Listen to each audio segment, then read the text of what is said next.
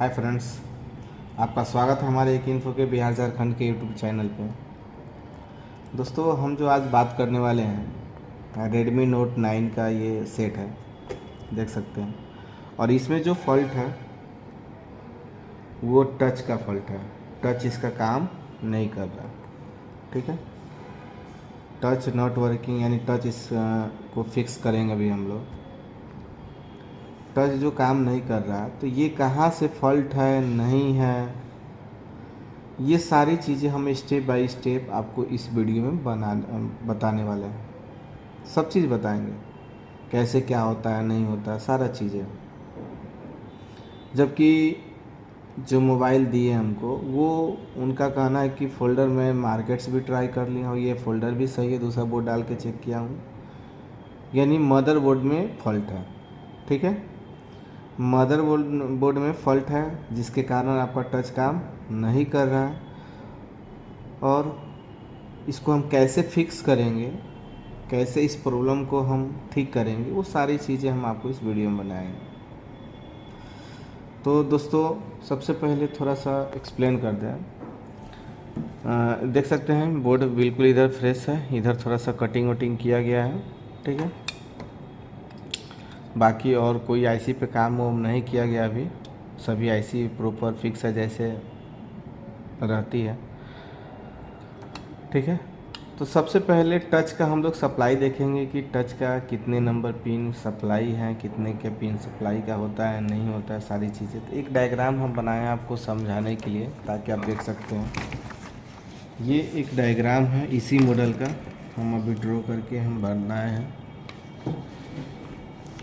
ठीक है। तो ये रेडमी नोट 9 का टच वे है, आप देख सकते हैं, टच का है सप्लाई। सबसे पहले ये कनेक्टर होता है जहाँ पे हम डिस्प्ले को इंसर्ट करते हैं, आप देख सकते हैं। ये मदरबोर्ड हो गया, यहाँ पे हम टच का कनेक्टर लगाते हैं, यानी डिस्प्ले का कनेक्टर लगाते हैं, और डिस्प्ले का कनेक्टर में ही आपका टच भी मर्ज है। तो इधर से एक नंबर हम पिन काउंट करते हैं, ऊपर साइड में इधर से, ठीक है। आप देख सकते हैं थोड़ा सा, यहाँ पे ऊपर में एक नंबर काउंट करते हैं, आप देख सकते हैं। यहाँ पे एक नंबर, 2, 3, 4, 5, 6 ऐसे करके यहाँ पे 40 पिन का ये कनेक्टर होता है। तो टच का जो पिन का सप्लाई है उसी के बारे में बताएंगे, बाकी सब हम नहीं बताएंगे आपको। बाकी सब डाटा का होता है, लाइट का भी होता है, ठीक है। तो अभी जो प्रॉब्लम है उसके बारे में बात करेंगे। तो देख सकते हैं कि यहाँ पे एक नंबर जो पिन है वो किसी और का पिन है। टच का जो सप्लाई पिन होता है वो 2 नंबर होता है, 3 नंबर होता है, 4 नंबर होता है, 5 नंबर होता है, 6 नंबर होता है और 7 नंबर, यानी 6 पिन आपका सप्लाई का होता है। यहाँ पे आप देख सकते हैं 2 नंबर से स्टार्ट हुआ और 7 नंबर, यानी 6 पिन आपका सप्लाई का होता है।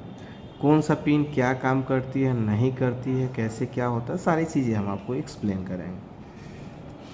सबसे पहले आपको बता दें कि ये जो 2 नंबर की पिनें होती है, ये आपको CTP रीसेट की पिन होती है, जो प्रोसेस को रीसेट करने के लिए CPU IC के द्वारा कमांड दी जाती है, ठीक है। और 3 नंबर जो पिनें होती है वो INT की पिनें होती है, CTP या INT पिन होती है, जो कि ये भी CPU IC से ही कनेक्टेड होती है। और ये दोनों लाइन को हम पावर IC के माध्यम से वायो वोल्टेज, यानी LDO वोल्टेज 1.8 वोल्ट के रूप में पुल अप रजिस्टर के माध्यम से 1.8 वोल्ट की हम सप्लाई देते हैं। और ये जो रजिस्टर होता है वो 2 से 3 किलो ओम का रजिस्टर होता है, आप देख सकते हैं इसकी मान, ठीक है।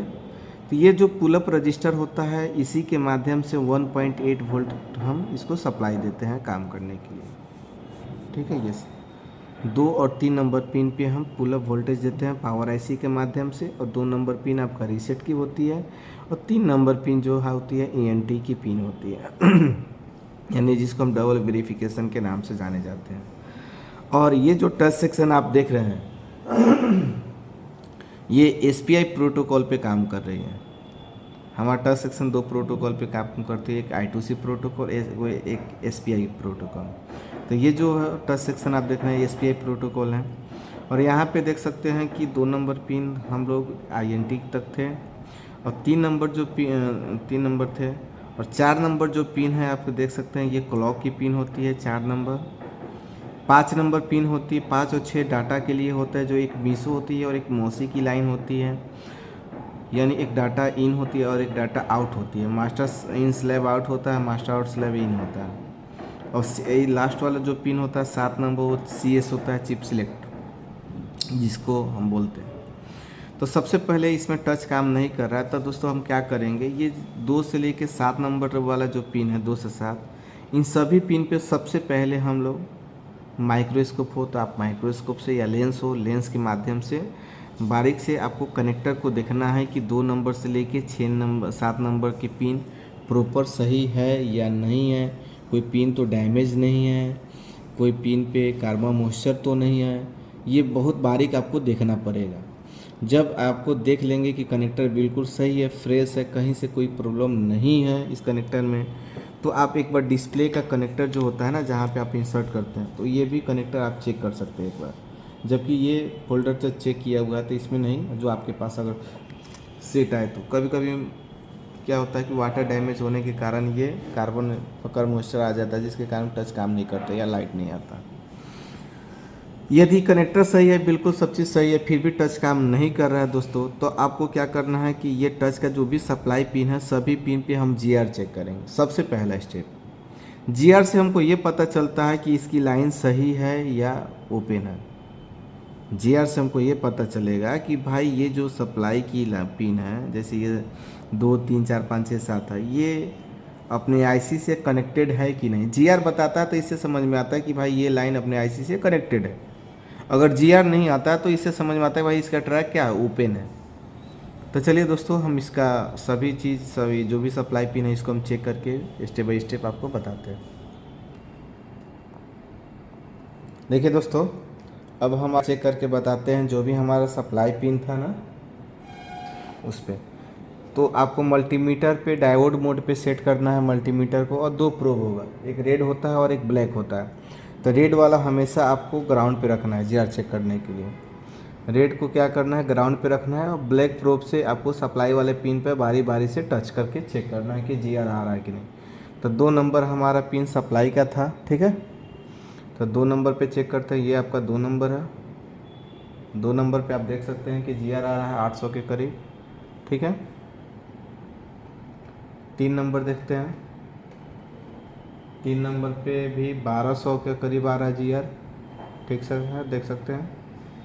4 नंबर पे हम देख रहे हैं 600 के करीब आ रहा है GR। फिर 5 नंबर पे देख रहे हैं, इस पर भी 600 के करीब आ रहा है। 6 नंबर पे देख रहे हैं, इस पर भी 600 के करीब आ रहा है। 7 नंबर पे देख रहे हैं, इस पर भी 600 के करीब आ रहा है।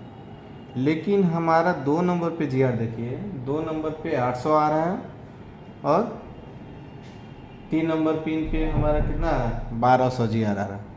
तो ये कहीं ना कहीं इसमें कोई लोचा है। क्या लोचा है, अभी हम आपको बताने वाले हैं। लोचा ये है क्योंकि 2 नंबर पिन और 3 नंबर जो पिन था हमारा देखिए यहाँ पे,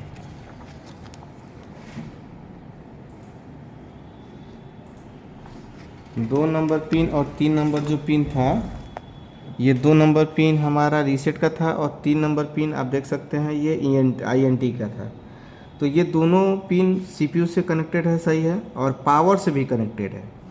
तो यहाँ पे जो GR आ रहा है, एक पे 800 आ रहा है, इस पे कितना आ रहा है, 800 का GR आ रहा है। इस पे कितना आ रहा है, तो इस पे 1200 का GR आ रहा है।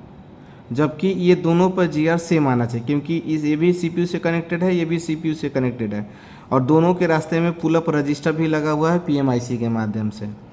तो कहीं ना कहीं ये जो GR अभी हम लोग चेक कर रहे हैं, तो ये पावर का GR है या CPU का GR है, ये हम नहीं अभी कंफर्म हो सकते हैं। जब तक हम इस रजिस्टर को नहीं निकालेंगे, ये दोनों रजिस्टर को जब हम निकाल देंगे, अब यहाँ पे हम GR चेक करेंगे, तब हमको समझ में आएगा कि हाँ ये CPU का GR है, और इधर जो चेक करेंगे ये पावर का GR चेक करेंगे। तो चलिए इस रजिस्टर को हम निकाल के ये कंफर्म होते हैं कि भाई यहाँ ये दोनों पे GR आ रहा है कि नहीं। अगर ये दोनों रजिस्टर को निकालने पर दोनों टिप पे GR आ गया तो CPU की लाइन सही है, बिल्कुल कोई दिक्कत नहीं है ये, ठीक है। रजिस्टर को निकालने के बाद दोनों पर GR आ गया तो CPU की लाइन बिल्कुल सही है, कोई दिक्कत नहीं है। उसके बाद इस पिन पे भी इस टिप जो रजिस्टर निकालेंगे तो ये जो टिप होगा इस टिप पे भी हम चेक कर सकते हैं कि भाई ये पावर का जी आर आ रहा है कि नहीं। अगर पावर का जी आर नहीं आ रहा है तो पावर आईसी का दिक्कत होगा। अगर यहाँ पे 2 नंबर 3 रजिस्टर निकालने के बाद 2 नंबर 3 नंबर पे जी आर नहीं आ रहा है तो सीपीयू का दिक्कत होगा, सीपीयू को रिवॉल्व करेंगे, प्रॉब्लम मेरा सॉल्व हो जाएगा। तो चलिए अभी हम रजिस्टर को निकाल के आपको चेक करके दिखाते हैं।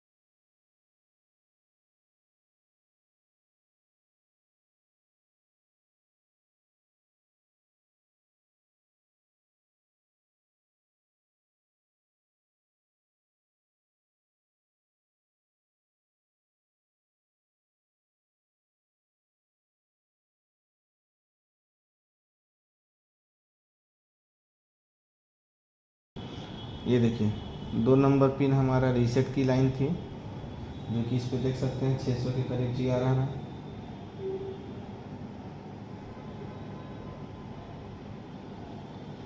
दो नंबर पिन रीसेट की, ठीक है, यहाँ पे देख सकते हैं इस पे जी आर आ रहा है हमारा, ठीक है। 3 नंबर पे देखते हैं, 3 नंबर पे कोई जी आर नहीं, आप देख सकते हैं यहाँ पे 3 नंबर पिन पे कोई जी आर नहीं है। यानी I N T double verification की जो लाइनें होती है 3 नंबर पिन आप देख सकते हैं लाइव, ये 2 नंबर जो कि आ रहा है और ये 3 नंबर पे कोई जी आर नहीं, आप देख सकते हो। यहाँ भी टच करके दिखाते हैं कोई जी आर नहीं, यहाँ भी टच करके दिखाते हैं कोई जी आर नहीं। तो ये 3 नंबर की जो सप्लाई थी ये डायरेक्ट कहाँ से आ रही थी, सी पी यू आई सी से, जो कि ये सी पी यू आई सी की लाइन ब्रेक है हमारा। यानी सी पी यू ड्राई सोल्ड हो गया हो तो ये प्रॉब्लम, या बीच से कहीं रास्ता ब्रेक हो गया हो तो ये प्रॉब्लम।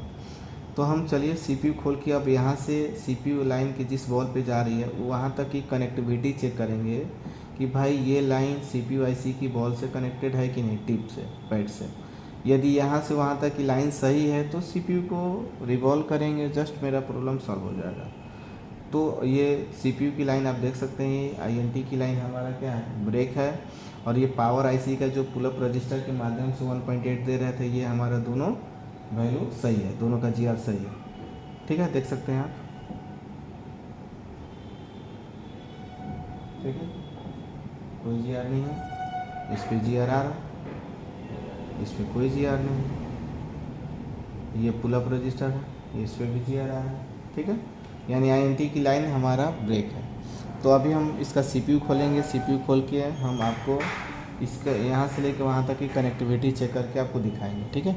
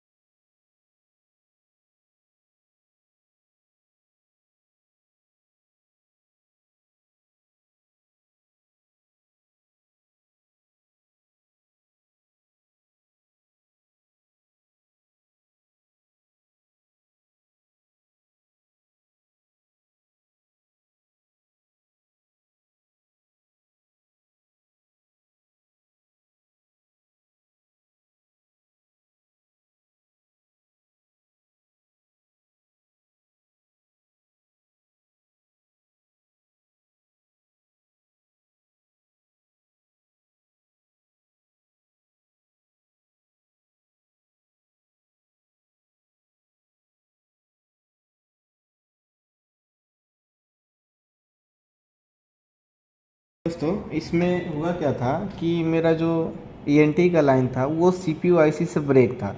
तो हमने क्या किया, CPU IC को निकाल के और 3 नंबर पिन से कनेक्टिविटी चेक किया तो नहीं मिल रहा था, बीप नहीं दे रहा था। तो मैं IC के अंदर से, आप देख सकते हो कि IC के अंदर से माइक्रो जंपर किए, ठीक है। IC के अंदर से मैंने जंपर निकाला है, 3 नंबर बॉल से इसकी सप्लाई थी और 3 नंबर पिंस बॉल से जंपर निकाल के फिर ये UV से पेस्टिंग मास्किंग किया। मास्किंग करने के बाद CPU फिक्स किया। करने के बाद ये जो हमारा सप्लाई था वो 3 नंबर से ब्रेक था, तो देख सकते हैं ये 3 नंबर पिन से हम अटैच कर दिए हैं, कनेक्टेड कर दिए हैं। अब इसको हम चेक करके दोस्तों बताते हैं कि मेरा जो प्रॉब्लम था वो सॉल्व हुआ कि नहीं। ऐसे GR भी अभी आपको चेक करके मैं बताना चाहता हूँ कि GR जो था वो दोनों पर बराबर आ रहा है कि नहीं। आप देख सकते हैं यहाँ पे मल्टीमीटर है और मल्टीमीटर डायोड मोड पे सेट है और देखते हैं GR में क्या, उस समय 800 था, एक पे 1200 आ रहा था, तो ये समथिंग सही है मेरा 800 वाला। और इस पे GR देखते हैं, देखिए इस पे भी GR हमारा सेम आ गया। तो 100% है कि टच काम आपका करेगा, गारंटी है, क्योंकि दोनों पे GR हमारा क्या सेम आ गया। उस समय GR क्या था, एक पे डिफरेंट था, यानी एक पे 800 था, एक पे 1200 था। तो 1200 वाला मेरा जो था लाइन वो ब्रेक था, देख सकते हैं 2 नंबर की सप्लाई ये सही था पहले से। अब ये 3 नंबर क्या था हमारा 1200 रीडिंग आ रहा था, ये रीडिंग हमारा बिल्कुल सही हो गया, 800 में आगे कन्वर्ट हो गया। अब टच 100% हमको विश्वास है काम करेगा। देखिए लाइव चेक करके आपको दिखाते हैं।